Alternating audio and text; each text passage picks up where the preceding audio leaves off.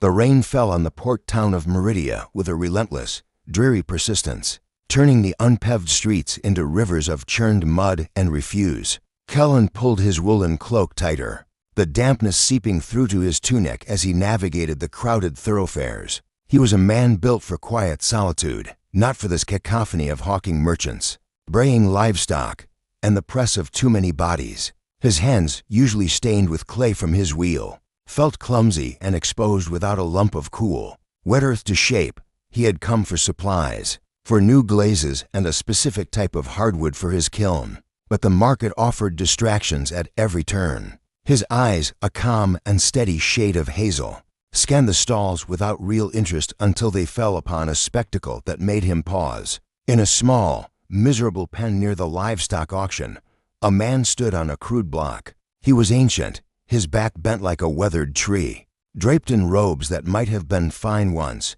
but were now little more than rags, stained with travel and time. A long, straggly white beard reached his chest, and his eyes, clouded and seemingly unfocused, stared at nothing. "Come now, good folk," bellowed the auctioneer, a florid-faced man with a voice like grinding stones. "A fine opportunity, a wizard of great renown, master of the arcane arts, sure to bring good fortune to any household." A ripple of laughter went through the small crowd. It was a cruel joke, and everyone knew it. The man on the block was no more a wizard than the sheep bleating nearby. He was a beggar, a madman, or both, being sold into indentured servitude for the price of a meal and a merchant's amusement. "He can't even remember his own name," someone shouted, eliciting more laughter. "He'll eat you out of house and home," cried another. Kaelen felt a familiar pang in his chest, a deep-seated empathy for the discarded and the broken. He had been a boy of 12 when his own grandfather, his mind softened by age, had wandered into the woods and never returned. The sight of this old man, being mocked and treated as less than human, stirred that old, tender wound. He had no need for a servant. His life as a potter on the edge of the whispering woods was one of simple, hard-won peace. But he had a need, one he rarely admitted even to himself in the deep quiet of his cabin: to not be so utterly alone. "What's the opening bid?" the auctioneer called, his smile not quite reaching his eyes. "Do I hear a silver crown?" A single silver crown for a mighty sorcerer. The crowd jeered. No one offered a coin. Very well. A handful of coppers, then. Surely he's worth that for a laugh. Kaelen's feet were moving before his mind had fully consented. He pushed his way to the front of the crowd, his tall, lean frame cutting through the press of bodies. "I'll give you 5 silvers for him," he said, his voice quiet but firm, cutting through the noise. The auctioneer's eyebrows shot up. 5 silvers? The gentleman has a keen eye for talent. Going once. The crowd looked at Kaelen as if he were the fool. He ignored them, his gaze fixed on the old man. The wizard or whoever he was seemed to stir, his milky eyes shifting vaguely in Kaelen's direction. There was no recognition, no gratitude, only a profound and weary confusion. Going twice. Sold to the gentleman with more coin than sense. The auctioneer cackled, grabbing the old man roughly by the arm and shoving him off the block. Kaelen caught him before he could stumble into the mud. He was lighter than he looked, all bone and brittle parchment skin. A faint, strange scent clung to him, not the smell of filth, but of ozone and cold stone, like the air after a lightning strike or deep within a mountain cave. "Come on," Kaelen said softly, his grip firm but gentle. "Let's get you out of this rain." The old man offered no resistance as Kaelen led him away from the jeering crowd, his gnarled hand clinging to Kaelen's sleeve like a child's. Kaelen finished his real shopping quickly, his new acquisition in tow, drawing stares and whispered comments. He purchased a warm, thick blanket and a loaf of fresh bread, which he pressed into the old man's hands. The man stared at the bread as if he'd never seen such a thing before. The journey back to his homestead took the better part of 2 days. Kaelen's horse, a steady gelding named Oak, plodded along the forest track patiently as Kaelen walked beside him, the old man seated precariously in the saddle, wrapped in the new blanket. He spoke only once, his voice a dry rustle of leaves. "The trees. They are loud today." Kaelen looked at the serene, rain-drenched pines. "They're just whispering. It's the wind, The old man shook his head slowly. No, they remember. They always remember. They arrived at the cabin as the sun was setting on the second day, painting the sky in shades of violet and gold. Kaelen's home was not large, but it was sturdy, built from logs he had felled and shaped himself. A curl of smoke rose from the stone chimney, and a well-tended garden plot lay sleeping for the winter beside it. Attached to the main structure was his workshop, where shelves held rows of finished pots, bowls, and mugs, waiting for his next trip to market. He helped the old man inside and sat him in the single, comfortable chair by the hearth, stoking the fire back to a cheerful blaze. The interior was warm and tidy, filled with the homely smells of wood smoke, baking bread, and clay. Kaelen busied himself preparing a simple stew, all the while watching his guest. The old man sat perfectly still, his clouded eyes reflecting the dance of the flames. He seemed to be listening to something, his head tilted slightly. Kaelen brought him a bowl of stew and a horn spoon. "What should I call you?"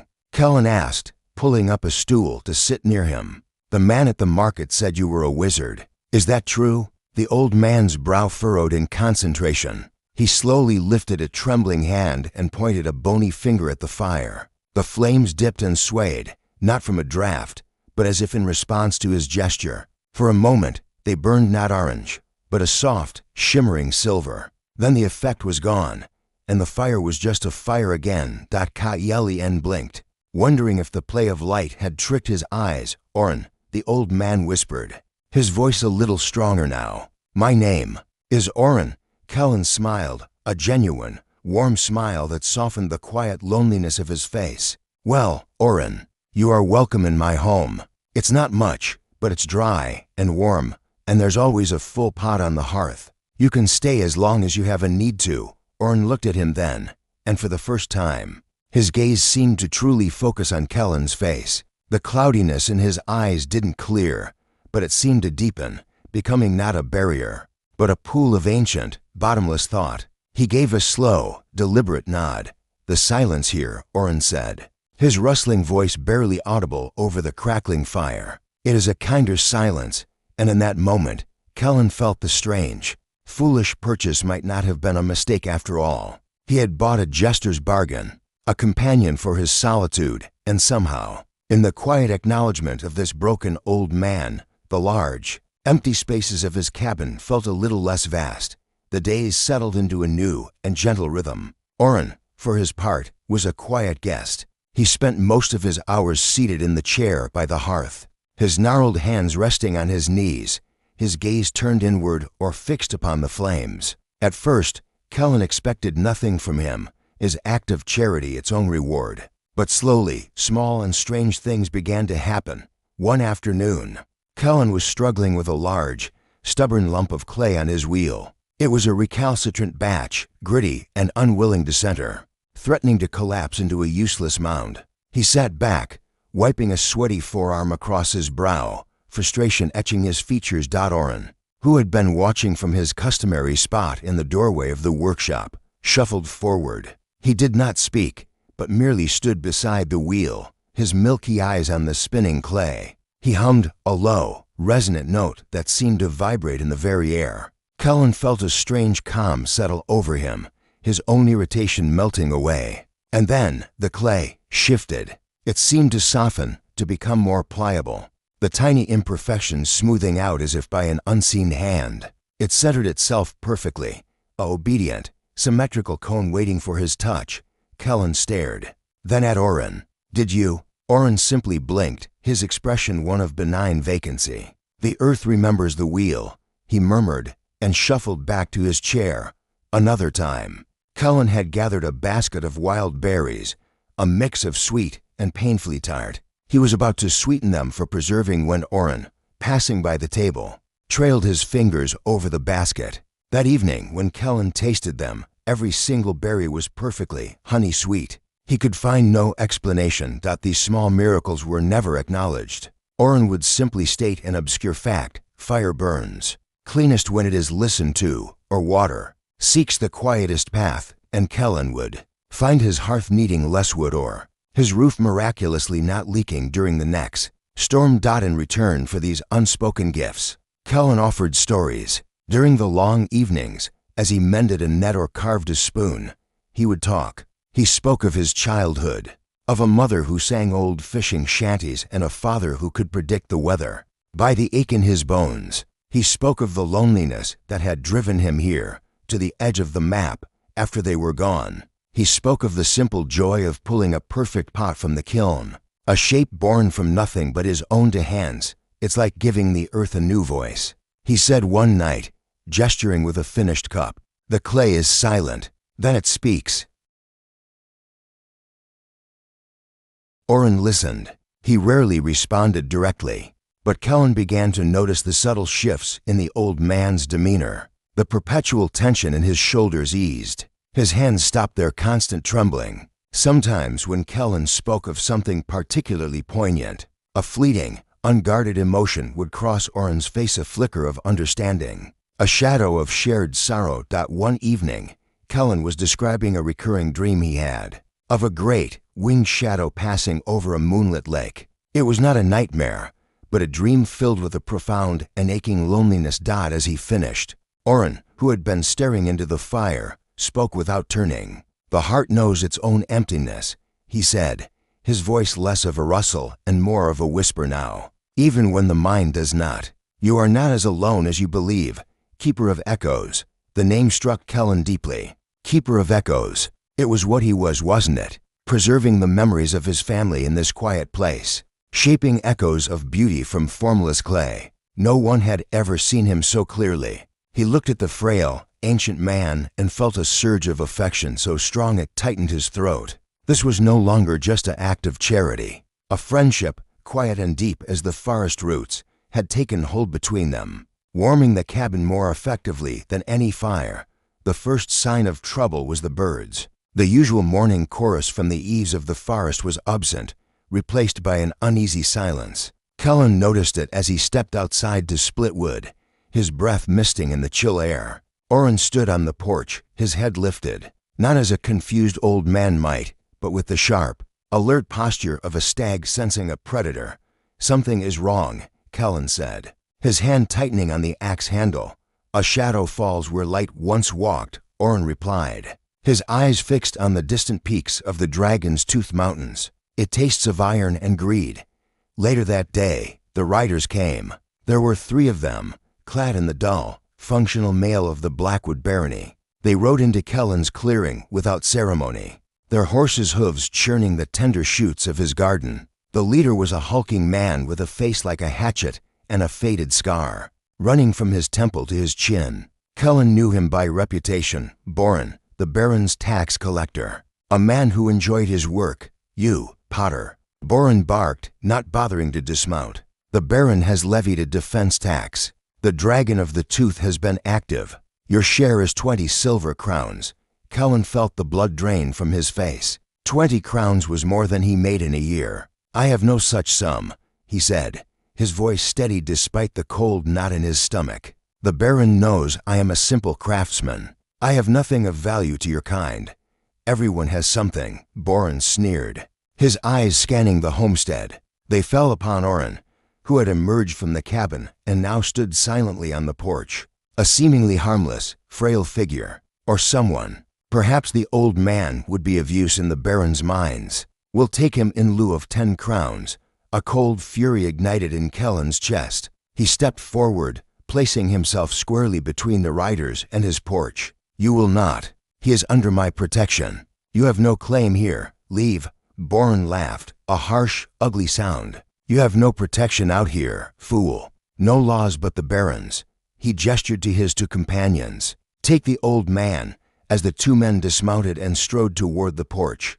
Kaelen raised his splitting axe. It was a futile gesture, and he knew it, but he would not stand by. As the first soldier reached for Oren, a strange thing happened. The man's foot caught on a perfectly flat patch of earth, and he fell heavily, his head striking the porch step with a dull thud. The second man lunged, and the wooden railing he grabbed for support, solid and dependable for years, splintered as if rotten, sending him stumbling back with a cry. Boren stared, his sneer faltering. His horse, previously calm, suddenly reared with a terrified whinny, eyes rolling white. It took all of Boren's strength to bring the beast under control. From the porch, Oren had not moved a muscle. His expression was serene, but his clouded eyes seemed to be fixed on Boren with an intensity that made the big man flinch. Witchcraft, Boren spat, fear edging his voice. He glared at Kaelen, who stood just as bewildered, his axe still held ready.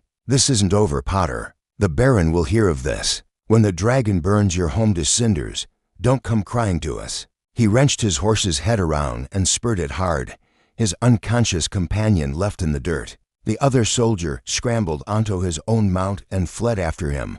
Silence returned to the clearing, broken only by the moaning of the fallen man. Kaelen lowered his axe, his heart hammering against his ribs. He looked from the splintered railing to the stunned soldier, then to Oren. The old man met his gaze, and for a single, breathtaking second, Kaelen saw not confusion, but a deep, ancient, and formidable intelligence staring back.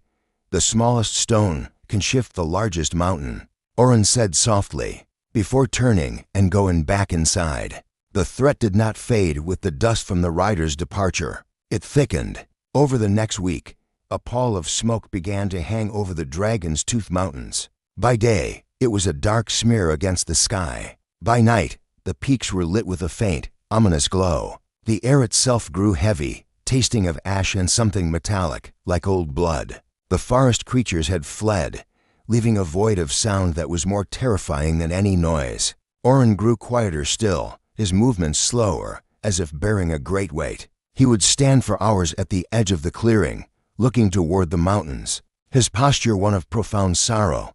"It is coming," he said to Kaelen one evening, as they watched the distant glow brighten. "The shadow I spoke of. It is wounded, and its pain is a fire that will consume all it touches." "The dragon?" Kaelen asked, his mouth dried out. Oren nodded slowly. "It acts not from malice, but from a rage born of betrayal. Its sanctuary was violated. Its treasures, not of gold, but of memory, were plundered."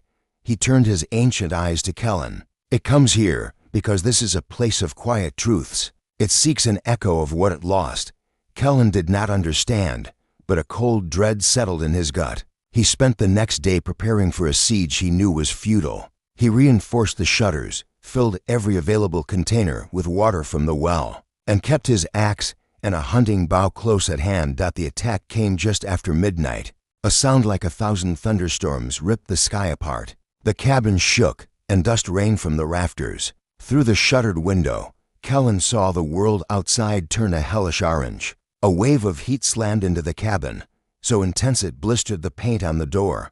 "Stay inside." Kaelen yelled to Oren, his voice trembling as he knocked an arrow to his bow. It was a ridiculous weapon against a dragon, a toothpick against a god, but it was all he had. He pushed the door open a crack and was met with a vision of pure terror. Circling above the clearing was a beast of scale and shadow, its wingspan blotting out the stars. Its body was a dull, brutal black, streaked with glowing red cracks like cooling magma. It was not the elegant beast of legends, but a thing of fury and ruin. It opened its maw, and a river of liquid fire poured forth, incinerating a stand of pines at the edge of the clearing with a deafening roar. The heat was unbearable. This was it. The end of his quiet life, his home, everything. He would die here, a forgotten footnote to a dragon's rage. He drew his bow, aiming for the creature's eye, a final, defiant act. A hand rested on his shoulder. It was firm, steadying. "Do not, Kaelen." It was Oren's voice, but it was different. Gone was the rustle, the frailty. It was a voice of deep, resonant power, a voice that spoke of ages and empires. Oren gently moved Kaelen aside and stepped out into the inferno. The dragon saw him, this tiny, insignificant figure, and loosed another jet of flame. This one directed straight at the cabin. "No." Kaelen screamed. Oren did not flinch. He raised a single hand. The fire did not strike him. It parted around an invisible shield, flowing to either side of the cabin like a river round a stone. And as it did, Oren began to change. His frail form straightened, growing, expanding. The ragged robes dissolved into shimmering motes of light. Pale, luminous scales erupted across skin that stretched over suddenly massive, powerful limbs. His back arched as vast, silver wings like woven moonlight. unfolded with a sound like a celestial harp. Where the feeble old man had stood was now a majestic silver dragon, his form sleek and powerful. His eyes no longer clouded, but burning with a brilliant, intelligent sapphire light. He was smaller than the black beast, but radiated an aura of immense, ancient power. The black dragon pulled up, hovering in shock. A guttural roar of recognition and hatred tore from its throat. "Valerius, you live. You hide in this filth while they defile our sacred places." The silver dragon Valerius lifted his head, his voice echoing not with rage, but with profound grief. "I hide from nothing, Gracker. I remember the peace you have forgotten. This does not have to be our end." But Gracker was beyond reason. With a shriek of pure fury, he dove, claws extended, fire building in his chest once more. Valerius met his charge not with a roar, but with a sigh that seemed to hold the sorrow of centuries. The two colossal beings collided above the clearing, and the world dissolved into a storm of scale, flame, and thunder. The battle was not long, but it was devastating. It was not a clash of brute force, but a terrible, beautiful, and tragic dance. Valerius, the silver dragon, moved with a fluid grace, deflecting Gracker's frenzied attacks rather than meeting them head-on. He used the land itself, summoning a mist from the soil to blind the black dragon, and calling roots from the earth to momentarily entangle his limbs. His own breath was not fire, but a shimmering, freezing mist that coated Gracker's scales. Slowing him, Kaelen watched, paralyzed with awe and terror. From the doorway of his miraculously untouched cabin, he saw Valerius take a raking blow across his flank, silver scales flaking away like broken pottery. But the great dragon did not cry out in pain. He only pressed closer, his voice a constant, low murmur that Kaelen could not hear, but whose meaning was clear. He was trying to reason, to calm, to save his fallen brother. It ended as Gracker, exhausted and maddened, unleashed one final, all-consuming blast of fire. Valerius did not evade. He flew straight into the heart of the inferno, his own silver light flaring into an incandescent shield. For a moment, the two dragons were a single star of blinding white heat at the center of the clearing. Then the light vanished. Silence fell, deeper and more profound than any Kaelen had ever known. The air, once scorching, was now crisp and cool. The only light came from the moon, revealing the scorched and broken clearing. In the center stood Valerius, in his magnificent dragon form, his head bowed. Before him, Gracker lay on the ground, not dead, but still, his fiery cracks dimmed. The rage had gone from his eyes, replaced by a dazed, exhausted confusion. Valerius had not slain him. He had quenched his fire. Valerius then turned his great, sapphire gaze toward the cabin. He began to shrink, his form folding in on itself in a cascade of soft, silver light. Moments later, Oren stood there again, looking just as he had before, though he swayed on his feet, pale and drained. But he was not the same. The veil had been lifted. His eyes, when they met Kaelen's, held the same ancient, powerful intelligence. But now it was softened with a vulnerability Kaelen had never seen. Kaelen ran to him, catching him as his knees buckled. He half carried the old man the dragon back into the cabin and sat him by the hearth, wrapping a blanket around his shoulders. For a long time, neither spoke. The only sound was the crackle of the fire and the slow, steadying of their breath. "My name is Valerius," the old man began, his voice the resonant one from the battle, though now it was tired. "I am the last of the Silver Flight. We were the keepers of history, the rememberers. We lived among mortals, learned from them, in secret.